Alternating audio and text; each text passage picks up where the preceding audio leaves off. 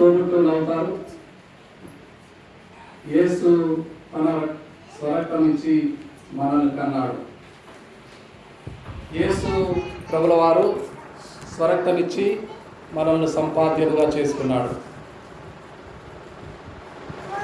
ఈ కారణం చేత సహ ఉదరుడు అయ్యాడు.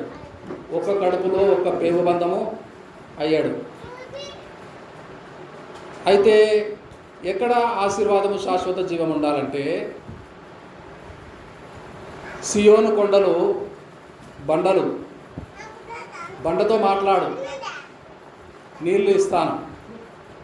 మోషే కాలంలో 25వ అధ్యాయంలో 5-6 వచనాల్లో కనబడుతుంది, చదవక్కర్లేదు. మాట్లాడు, మోషే సెలవైంది. ఒకసారి బండతో మాట్లాడాడు. మాట్లాడమంటే చిన్న దెబ్బ కొట్టాడు. మరలా సంఖ్యాకాండంలో మరొకసారి మంచినీళ్ళు లేవని జనులు సర్వ సమాజము సనుక్కున్నారు. 2 దెబ్బలు కొట్టేశాడు. 2 దెబ్బలు కొట్టాడు. ఎప్పుడైతే మొదటిసారి సెలవైందో బండతో మాట్లాడు, సియోను కొండలు బండలు నీళ్లు జలము లేని బండలు సియోను కొండలు. హెర్మోను మంచు దిగి వచ్చినప్పుడు హెర్మోను మంచు గడ్డలు కరిగినప్పుడు యోర్దాను నదిలో నీళ్లు ఉంటాయి. యోర్దాను నది జీవనదిగా మారుతుంది. యోర్దాను నది జీవం నదిగా మారుతుంది. కారణము హెర్మోను మంచు గడ్డలు కరుగుతాయి. 360 దినాలు నిత్యము జలధారలతో నింపబడి ఉంటుంది. బండలు కొండలు నీళ్ళ జలములు సీజన్లో కురిపిస్తాయి. అయితే హెర్మోను మంచు కరిగి యోర్దాను నదిలో నీళ్లతో నింపబడి మంచు వలె ఉంటుంది. ఆశీర్వాదము శాశ్వత జీవము అక్కడ ఉండవలనని యెహోవా సెలవైంది. మా అన్నదమ్ముడికి WWPC 365 ఆర్గనైజేషన్లో చేరిన అన్నతమ్ముడికి సమస్య ఉన్నది. అది ఎవరు తీర్చలేని సమస్య అని ఆశీర్వాదము కోరి, శాశ్వత జీవము కోరి, ఎవర్ లాస్టింగ్ లైఫ్ కోరి ఇచ్చేయించి ప్రార్థన మాన సహోదరుని పక్షముగా చేయడానికి WWPC కుటుంబము తరలి వచ్చింది. ఎందుకంటే ఎవర్ లాస్టింగ్ లైఫ్ బ్లెస్సింగ్ సహోదరుల ఐక్యత ఉన్న చోట దొరుకుతుంది. అది యెహోవా సెలవైంది. అయితే అహరోను గడ్డపు మీదుగా తల మీద పోయబడి గడ్డపు మీదుగా కారి అంగీల అంచు మట్టుకు దిగజారిన పరిమళ తైలము వలె ఉన్నది. ప్యూరు పరిమళ వాసన గల అభిషేక తైలము ఒక బుడ్డిలో ఓపెన్ చేస్తే బిరడా తీసి పెడితే అది వాతావరణంలో కలిసిపోయింది. వాతావరణంలో ఎందు వంపి జారిపోయి మరల ఎత్తబడదు, వాతావరణంలో కలిసిపోతుంది. పరిమళ వాసన అహరోను తల మీద పోయబడి అతని గడ్డముల మీదుగా జారి అంగీల అంచుల వరకే చెప్పబడింది. భూమి మీద ఉలకబడి నేలను పోయబడలేదు. అంతలో పరిమళ వాసన వాతావరణంలో కలిసిపోయింది. అంత పవిత్రము, అటువంటి పరిమళ వాసన భరితము సహోదరుల ఐక్యత. ఏ సహోదరుల ఐక్యత? భూమి మీద ఒక కుటుంబం ఉన్నది, కయీను హేబేలు ప్రాబ్లం ఏంటో, కయీను హేబేలు సంగతి ఏంటో తెలుసా? 4వ అధ్యాయము ఆదికాండము 4వ అధ్యాయము 1-2 వచనాలు చదువుదాం. ఆదికాండము 4వ అధ్యాయము కేర్ఫుల్గా స్టడీ చేద్దాము. కేర్ఫుల్గా ప్రత్యేక శ్రద్ధతో చదువుకుందాము. ఆదాము తన భార్య అయిన హవ్వను చూసినప్పుడు ఆమె గర్భవతి కయ్యూను కని యెహోవా దేవుడు నేను ఒక మనుషుని సంపాదించుకున్నాను. అయితే కొంతకాలమైన తర్వాత ఆమె అతనికి తమ్ముడకు హేబేలును కనెను. హేబేలు గొర్రెల కాపరి, కయ్యూను భూమిని సేద్యపరచువాడు. కొంతకాలమైన తర్వాత అంత చూడండి ఒకసారి ఆగండి. భక్తి పరీక్షకు నిలవబడవలసిన సమయం వచ్చింది. కొంతకాలం అయిన తర్వాత భక్తికి పరీక్షకు పెట్టినప్పుడు ఎవరి భక్తి అంగీకరించబడేనో, ఎవరి భక్తి లక్ష్యం ఉంచబడేనో ఆ సమయం వచ్చింది. వచ్చినప్పుడు ఏం చేశాడు? చదవండి. వచ్చినప్పుడు ఏం చేశాడు? కొంతకాలమైన తర్వాత కయ్యూను పొలము పంటలో కొంత అక్కడే సమస్య వచ్చింది. ఇల్లంతా నిండిన ధనరాశుల పరిమాణము చొప్పున దేవుడికి అన్నం పెడితే, దేవుడికి నైవేద్యము పెడితే ఎంత తింటాడు? కొంత తెచ్చాను కొంప ముంచుకొనేను. కొంత తెచ్చినవాడు కొంప ముంచుకున్నాడు. కొంత తెచ్చినవాడు కొంప ముంచుకున్నాడు. నీవు సత్క్రియ చేసిన ఎడల వాకిట పాపము పొంచి ఉండును. వానికే తెలుసు సత్క్రియ చేయలేదని, కయ్యూనికే తెలుసు సత్క్రియ చేయలేని, మంచి పని చేయలేదని, కొంత తెచ్చాడని. ఏం చేసుకుంటాడు దేవుడు? పండిన గోడౌన్లన్నీ ఖాళీ చేసి, ధనరాశులన్నీ ఖాళీ చేస్తే దేవుడు తింటాడా అనుకున్నాడు. కొంత తెచ్చాను. అయితే 21వ లూకాసు వార్త 21వ అధ్యాయము లూకాసు వార్త 1-2 వచనాలు చదువుకుందాం. కానుక పెట్టెలో తమ కానుకలను వేయుచున్న ధనవంతులను ఆయన పారచూచెను. కానుకలు పెట్టే యేసు ప్రభుల వారు కానుకలు పెట్టే దగ్గర కూర్చుంటాడు, కుర్చీ వేసుకొని. ఇప్పుడు చెప్పండి, కానుకలు పెట్టే దగ్గర కూర్చుంటాడు. ఎవరెవరు ఎంత వేస్తున్నారో, వజ్ర వైడూర్యాలు, ధన సంపదలు ఘనముగా, నావన్నీ అంగీకరించు మీ దేవ, నన్నెప్పుడు నీవు నా వెండి కనకంబు అబ్బో నీకియా, నా వెండి కనకంబు ఇస్తానని పాడతారా, ఇయ్యనని పాడతారా? నా వెండి కనకంబు నా తండ్రి కైకొనుమి ఇస్తా, ఎన్నడూ ఇయ్యరు. కానుకలు పెట్టే దగ్గర కూర్చుంటాడు యేసు ప్రభుల వారు. కనకంబు వెండి కొంత అయినా ఇస్తారేమోనని ఆశ కలిగి ఉంటాడు. తరతరాలు గడిచిపోతున్నాయి, పాటలు పాడుకుంటున్నారు. నీ ఘనము ప్రభు యేసుదే,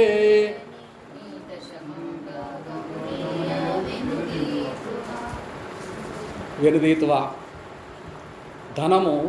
ధనరాశులు, భూమి పంట, దశమభాగం దేవునికి ఇచ్చేయాలి.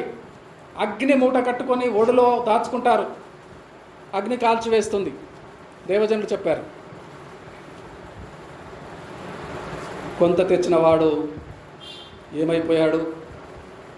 దేశదిమ్మరైపోయాడు.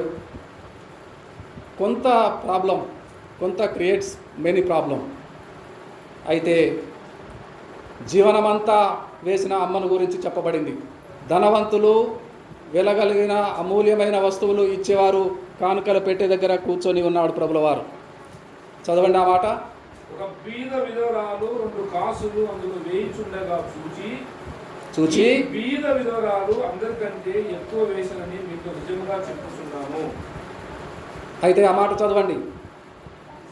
వారందరూ తమకు కలిగిన సమృద్ధిలో నుండి కానుకలు వేసింది, కానీ ఈమె తన లేమిలో తనకు కలిగిన జీవనమంతయు కొంత తెచ్చినవాడు కొంప ముంచుకున్నాడు. కయ్యను కొంత తెచ్చినవాడు దేవుడికి కరువా, దేవుడికి లేమియా, దేవుడికి అవసరమా అన్నవాడు కొంత కుదించి తగ్గించి కొంత ఇచ్చినవాడు ఏమైపోయాడో దేశదిమ్మరైపోయాడు. జీవనమంతా వేసిన 2 కాసులమ్మ హ్యాపీగా బ్రేక్ఫాస్టు యేసుప్రభుల వారు పెడుతున్నారు. మధ్యాహ్న భోజనం యేసుప్రభుల వారు సప్లై చేస్తున్నారు. రాత్రి భోజనం సప్లై చేస్తున్నాడు. 2 పూటల తిన్నది విధవరాలు. 3 పూటల తింటోంది, సమృద్ధిగా తింటోంది. కారణం ఏంటి? కారణము జీవనమంతా వేసింది, భారమంతా వేసింది. ఇప్పుడు హాయిగా దేవుని నమ్ముకొని స్వతంత్రాల వల్లే లైఫ్ టోటల్గా డెడికేట్ చేసుకుంది. అయితే జీవనమంతా వేసిన అమ్మ కయ్యను కొంత తెచ్చి నష్టపోయి దుర్మార్గుడుగా ఎంచబడి సత్క్రియ చేయని వాడు పాపం పొంచి ఉన్నది వాకిట్లో. అయితే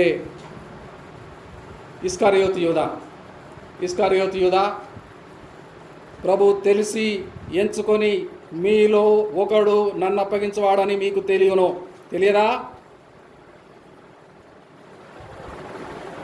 3 సంవత్సరాల ముందే ఫస్ట్ డేనే మీలో ఒకడు సాతాను నన్ను అప్పగించవాడు. తెలిసి ఎంచి కోరుకొని ధనవంతులు ఎంతమందో, నక్కలకు బొరియలున్నాయి, ఆకాశ పక్షులకు గూళ్ళున్నాయి, మనుష్య కుమారునికి తలవాల్చుకోవడానికి చోటు లేదు అని ధనవంతునితో చెప్పి నిరాశపరిచి అతను వస్తానన్నా యేసుప్రభుని సేవకుడిగా మారుతానన్నా ఇష్టపడలేదు. యూదాను ఎంచుకున్నాడు. యూదా చేసే పనులన్నీ తెలుసు. 200 దీనారములు అమ్మి బీదలకి ఇవ్వచ్చు కదా, బీదల కొరకు చింతపడుతున్నాడా? కానుకల పెట్టే సంచి దాచుకున్నందుకు చింతపడుతున్నాడు. యూదా మీలో ఒక సాతాను, నన్ను అప్పగించువాడు. నేను ఎవరికి రొట్టె ముక్క ముంచి ఇస్తానో వాడే నన్ను అప్పగించువాడు. నేనా అన్నారు. యూదా అన్నాడు, నేనా ప్రభువా. పేతురున్నాడు, యోహానున్నాడు, రొమ్ము మీద ఆనుకునేవాడు, రొమ్ము మీద సేద తీరేవాడు. ఇక యూదా మాత్రం అడగట్లేదు ప్రశ్న. నేనా ప్రభువా. ఎవరి గురించి మాట్లాడుతున్నారండి మీరు? ప్రభుల వారండి. తెలిసి అప్పగించేవాడు ఎవడో అని ఎంచుకొని కోరుకున్నాడు. తన ప్రియమైన శిష్యుడిగా మార్చుకున్నాడు. యేసు ప్రభువారు ఆజ్ఞాపించిన ఆజ్ఞలన్నీ కంప్లీట్గా యూదాకు ఆజ్ఞాపించాడు. 12 మందిలో ఒకనిగా భావించాడు. ఆయన బోధలన్నీ విన్నాడు. అద్భుతాలు చూశాడు. పాస్టర్ గారు చక్కగా వివరించారు. అద్భుతాలు చూశాడు, గొప్ప కార్యాలు చూశాడు, అనుభవించాడు. అయితే అమ్మేసుకున్నాడు 30 వెండి నాణాలు. అయితే అంగీకరించబడలేదు. మాకేం తెలుసు, అమ్మేసుకున్నావు, ఏమి చేసుకుంటావో అన్నారు ధర్మశాస్త్ర ఉపదేశకులు, పెద్దలు. అమ్మే పని మేము చేశాము, కొనుక్కున్నావు, మా గురువును అమ్మిన శిష్యుడిగా మిగిలిపోతావు చరిత్రలో అనుకున్నారు. అయితే నేనెంత దౌర్భాగ్యుడను, అపోస్తుడైన పౌలు నేనెంత దౌర్భాగ్యుడను. ఇక్కడ కాన్సెప్టు మిస్ అవ్వలేదండి. భూమి మీద తొలి కుటుంబమే అన్నదమ్ములు ఒకరిని ఒకడు చంపుకున్నాడు. అన్న తమ్ముడి మీద కోపగించుకొని తమ్ముడు చంపేశాడు. ఏ సహోదరుల గురించి ఐక్యత గురించి చెప్పాలి? ఇసాకు రిబ్కాల గర్భములో వాసంలో ఉన్న అన్నదమ్ముల కొరకు చెప్పాలా? ఏషావు యాకోబుల కొరకు? భూమి మీద పడలేనప్పుడే ఒకరినొకరు పెనుగులాడుకున్నారు. రిబ్కమ్మ తల్లి ఆయాసపడి దుఃఖముతో, అయ్యో నేనెందుకు ఇంకా చావాలి, ఎందుకు ఇంకా బ్రతకాలి, చస్తే బాగుండును అనుకున్నది. 2 జనపదములు మీ కడుపులో ఉన్నాయి, నా బిడ్డ కుమార్తె. వేవేలకు తల్లి వగదు అనే ఆశీర్వాదము అన్న ఇంటిలో స్థిరమవుతున్నది. వేవేలకు తల్లిగా ఉంటావు. అయితే తల్లిగా ఉంటానని దేవుడు చెప్తే 20 సంవత్సరాలకు కొడుకులు బిడ్డలు లేరు, సంతానమే లేదు, రిబ్కా గొడ్రాలు. నువ్వేమైనా చెయ్యి, నాకు సంతానం కావాలి, నువ్వేమైనా చెయ్యి. శారమ్మ మా అత్త ఆగరుని ఇచ్చినట్టు ఉపపత్ని ఇవ్వలేదు ఇస్సాకుకు. ఇస్సాకుకు ఉపపత్ని లేదు, ఆగరు లేదు. మా అత్త చేసినట్టుగా నేను చేయను, నీవే సంతానము, నీ వల్లనే సంతానం కలుగును అని పంతం పట్టు సాధించింది. రిబ్కా విషయము యెహోవాకు ప్రార్థన చేసెను. అప్పుడు రిబ్కా గర్భము తెరిచెను, యెహోవా యందు గర్భము తెరిచెను. రిబ్కా 2 జనపదములు 2 అన్నదమ్ములు కుటుంబాలు రిబ్కా గర్భములో ఉండెను. పెద్దవాడు చిన్నవాడికి దాసుడుగా ఉండెను. చిన్నవాడు ఆశీర్వదించబడెను. అయితే గర్భములో ఉన్నది మొదలు పెనుగులాడుట, ఒకరిని ఒకడు ఏమండి అన్నదమ్ములు కలిగుర కొరకు ఆకుకూర కొరకు జ్యేష్ఠత్వం అమ్ముకోవాలా? జ్యేష్ఠత్వం నువ్వు ఒక్కనాడే ఒక్క క్షణమే గర్భము తెరవబడి ఒక్క క్షణమే వాడి పెద్దవాడి పెనుగులాటలో పెద్దవాడు ఒక క్షణము వెలుపలికి వచ్చాడు, ఆ వెంటనే చిన్నవాడు వెలుపలికి వచ్చాడు. ఒక్క క్షణమే డిఫరెన్స్. ఒక రోజో ఒక గడియో గంటో 2 గంటలో 3 గంటలో డిఫరెన్స్ లేదు, ఒక్క క్షణమే డిఫరెన్స్. ఒక్క క్షణం అందే 2 కొడుకులు వచ్చారు లోకంలోనికి. అప్పటి నుంచి పెనుగులాట ప్రారంభం. అప్పటి నుంచి అన్న అని పిలవాలా, నేను ఏషావు అన్నాని పిలవాలా? ఎంత పెద్ద వయసు తేడా ఉన్నది. 1 రోజు 2 రోజులు, ఒక్క క్షణమే. నేను ఎలాంటి వాడనో నువ్వు అలాంటి వాడివే. అనను, అనురా. అనురాగము, అమ్మ నాన్నలు నేర్పిన అనురాగము పాటించాలిరా. అన్నతమ్ముల వలె ఉందాము పెద్దవాడు. అయితే ఆకుకూరల గురించి కలిగుర గురించి జ్యేష్ఠత్వం నమ్ముకున్నాడు. ఒకప్పుడు తమ్మునింట అన్నం ఉంటుంది, ఒకప్పుడు తండ్రి ఆకలి తీర్చడానికి ఏమీ దొరకలేని ఏషావుకు పరిస్థితిగా ఉండవచ్చు. అయితే ఆకుకూర గురించి జ్యేష్ఠత్వము అమ్ముకోవాలా?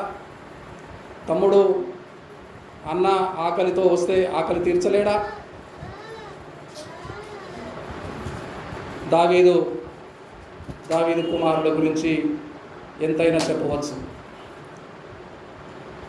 తామారు దావీదు కుమార్తె, అమ్నోను మోహించాడు. అబ్షలోము పగపట్టి పెద్ద కుమారుడు జ్యేష్ఠ కుమారుణ్ణి చంపుతాడు. అబ్షలోము చంపబడ్డాడు. అన్నదమ్ములందరూ అన్యాయమైపోతూ అసువులు బాశారు. ఏ కుటుంబం గురించి చెప్పాలి? ఏ అన్నదమ్ముల గురించి చెప్పాలి? ఏ సహోదరుల గురించి మాట్లాడాలి? ఏ కుటుంబము జాన్ విజయ్ కుమార్ గారి 365 WWPC హక్కును చేర్చుకోవడానికి తరలి వచ్చింది. హైదరాబాద్ నుండి, విశాఖపట్నం నుండి, కడప నుండి. మా అన్నతమ్ముడు కష్టంలో ఉన్నాడు, సమస్యలో ఉన్నాడు. సమస్య ఎలాగైనా తీరిపోవాలి. ఈరోజు ఇక్కడ జరిగిన కూడిక ముఖ్య ఉద్దేశము, అతి త్వరలో సమస్య తీరబడిపోతున్నది. మా అన్నతమ్ముడికి కలిగిన నష్టము, మా అన్నతమ్ముడు కలిగిన ఓటమి, మా అన్నతమ్ముడు కలిగిన బాధ ఇంత అంత కాదు. మా సహోదరుడు యేసు రక్తంలో, యేసు పేగు బంధములో మా తర్వాత పుట్టినవాడు, వయసులో చిన్నవాడు. యేసు రక్తము బంధము, యేసు రక్తము పాశము ఇంతవరకు ఈడ్చుకొని వచ్చింది. దేవునికి స్తోత్రం కలుగునుగాక. అయితే ఎంత గొప్ప ఎంత దౌర్భాగ్యుడను పౌలు అడిగిన ప్రశ్న. ఎంత దౌర్భాగ్యుడను. రోమా 8వ అధ్యాయం 1-2 వచనాలు చదువుకుందాం. 1-2 వచనాలు చదువుకొని ముగించుకుందాం. అక్కడే ఆన్సర్ చెప్పబడింది. రోమా 8.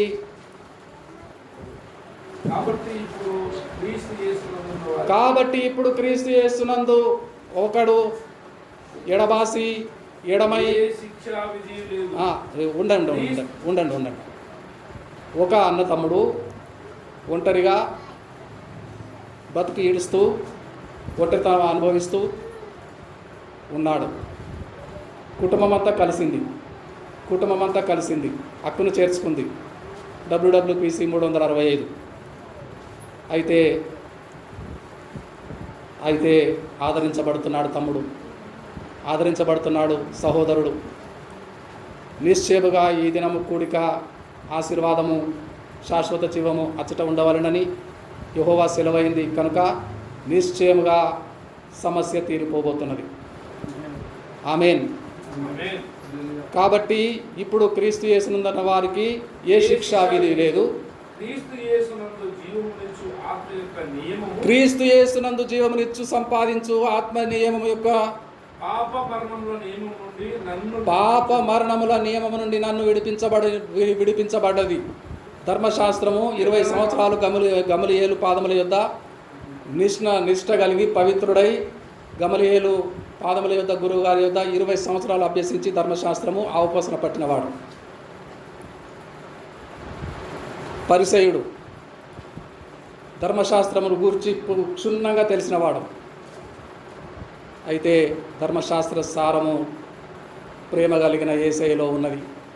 యేసయ్య దర్శన భాగ్యం ఇచ్చినప్పుడు ప్రభువా నీవెవరు తిరుగు ప్రశ్న వేసినాడు. ప్రభువా నీవెవరు? ధర్మశాస్త్రము ప్రవచించిన ప్రవక్తలందరూ మోసే మొదలుకొని ఏ ప్రభుల వారి గురించి చెప్పారో ఆ ప్రభుల వారే నేనేనయ్యా నీవు హింసించుచున్న యేసును. నన్ను ఎందుకు చంపుతావు? మాటికి చంపుతావు. నన్ను ఎందుకు చంపుతావు? ఎలా చంపుతారంటే సువార్త వింటే అంగీకరించాలి. సువార్త విననొల్లకపోతే అంగీకరించడం మానేయాలి. రాళ్ళతో కొట్టి చంపుతారు. యవనస్తురాలు 20 సంవత్సరాలు నిండు యవన దశలో ఉన్న చెల్లెను వివస్త్రను చేసి ఊరేగించుతారు. రంపాలతో కోస్తారు, రాళ్ళతో కొడతారు. ఇంత కక్షణ నా యేసయ్య మీద, నా యేసు అనుగ్రహించిన రక్షణ మీద. రక్షణ సువార్త ఇష్టం లేకపోతే వినటం మానేయాలి. నమ్మి బాప్తిసం పొందిన వానికి రక్షణ, నమ్మని వానికి శిక్ష. అయితే యవన బిడ్డలు కడుపు నిండా పిల్లలు కానీ గడ్చిరోలి జిల్లాలో మహారాష్ట్రలో 4 పిల్లలు 30 సంవత్సరాల వయసు తల్లి నిర్దాక్షిణ్యంగా కాల్చబడ్డాడు సేవకుడు. తుపాకుల్లో గుండ్లు అన్నీ ఇనుప గుండు సామాన్లన్నీ ఖాళీ చేయబడ్డాయి. అసువులు బాశాడు. సువార్త ప్రకటించుట, సువార్త మంచి వార్తే కదా, శుభవర్తమానమే కదా. కక్ష కట్టి కఠినాత్ములు యేసు ప్రభుల వారిని హింసల పాలు చేస్తున్నారు. ఇంతకాలము నువ్వు చంపుతావు, ఇంతకాలము నీవు నేల హింసించుతున్నావు, నీవు హింసించుతున్న యేసునే అని దర్శనం కలిగినాడు. ధర్మశాస్త్రము అక్షరము చంపును కానీ ఆత్మ జీవింపచేయును. అక్షరము చంపేసింది ధర్మశాస్త్రము, అక్షరము ఆత్మ జీవింపచేస్తుంది. అయితే ఆత్మ నియమము, క్రీస్తు యేసునందు జీవము కలిగించు నియమము ఎప్పుడైతే కనులు తెరవబడ్డాయో ఆ ప్రశ్నకు సమాధానం అక్కడే 8వ అధ్యాయంలోనే రాస్తాడు. అయ్యో నేనెంత గొప్ప దౌర్భాగ్యుడను అని, ఇట్టి గొప్ప మరణమున నుంచి విడిపించగల వారు ఎవరు అని ప్రశ్నించుకున్నవాడు. కాబట్టి క్రీస్తు యేసునందున్న వారికి ఎప్పుడు ఇప్పుడు ఏ శిక్షా విధి లేదు, సమాధానం దొరికేసింది. క్రీస్తు యేసులో ఉండుటే, క్రీస్తు యేసులో నమ్ముకుంటే, క్రీస్తు యేసునందు రక్షణ పొందితే, క్రీస్తు యేసునందు పరిశుద్ధాత్మను వరము పొందితే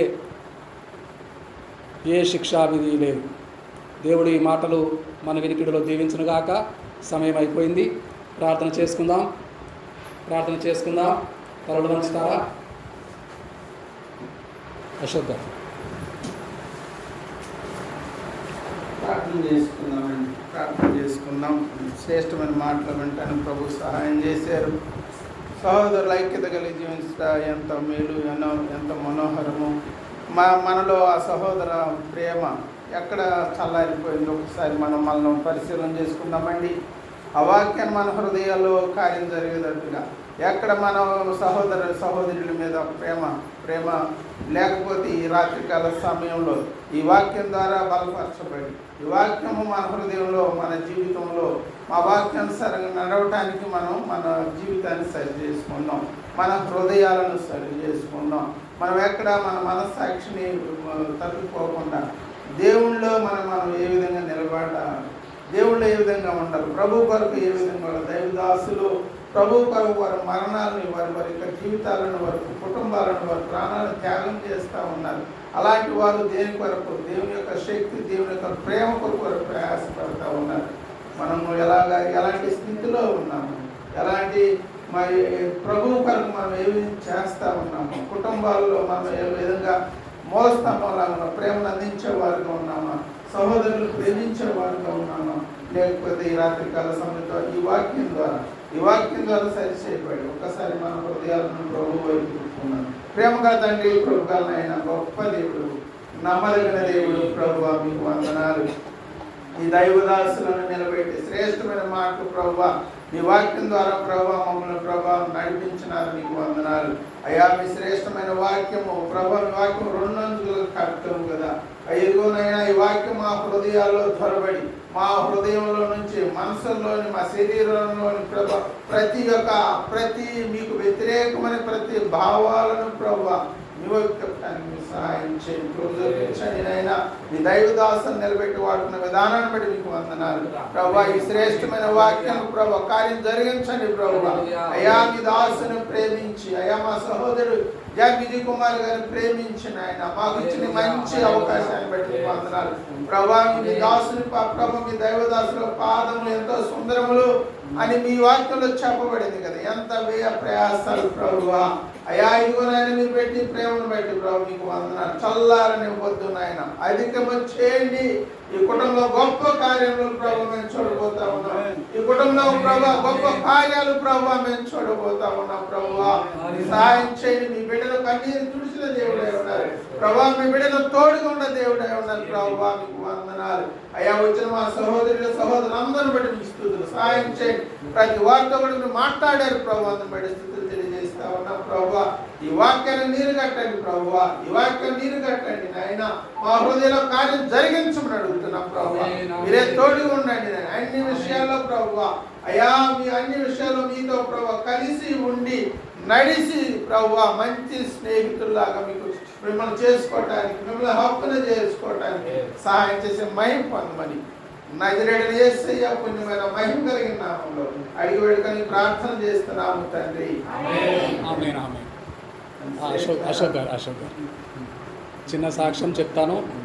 మే నెల 27వ తేదీ పాక్షికంగా పక్షవాతం వచ్చి కాలు పనిచేయడం ఆగిపోయింది.